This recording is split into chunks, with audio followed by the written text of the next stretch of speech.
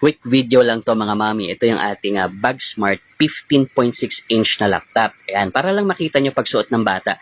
So, yung anak ko po is grade 5, upper grader na siya, no? So, ito naman bag na to, siguro kung hindi ganun karami yung mga dadalhin nila sa school, magkaminsan kasi, di ba, minsan may mga school na by schedule yung mga books nila, 'di ba? MWF, TTH, hati yung subject, no. So ito, maganda tong bag na to kasi matibay din po siya, komportable at saka waterproof. At saka ito, gusto ko makita nyo yung kung ano itsura niya pag nakasuot sa isang maliit na bata. Lalo na yung anak ko kasi normal size lang po yung kanyang height. Ang height po niya is 4 feet 1 inch. So, medyo ano lang yung height po niya, katamtaman lang para sa kanyang edad, para sa kanyang mga ka-grade o kaklase, no.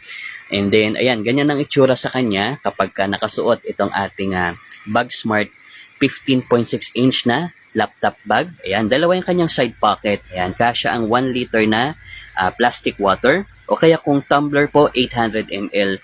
And then, yung malaki pong folding payong. Ayan, kapag malaki yung size, kasya rin naman. Nakikot ng dahan-dahan lang. Ayan, paikutin ko siya para makita nyo po. Ayan, no, yung kanyang shoulder pad. Malaki-laki po yung kanyang shoulder pad, malapad. Kaya po kahit mabigat yung bag, for sure, komportable po yan na magagamit ng mga anak natin kahit medyo mabigat, kahit magdala pa ng laptop. So, 15 to 16 inch na laptop kasya po dito sa ating BagSmart 15.6 inch na laptop backpack. Marami pang ibang kulay. May mga color na pang girls din po. Kaya naman kung ganito rin pong quality na bag ang hanap po natin. Nylon material, matibay, fluffy yung bag po niya, no?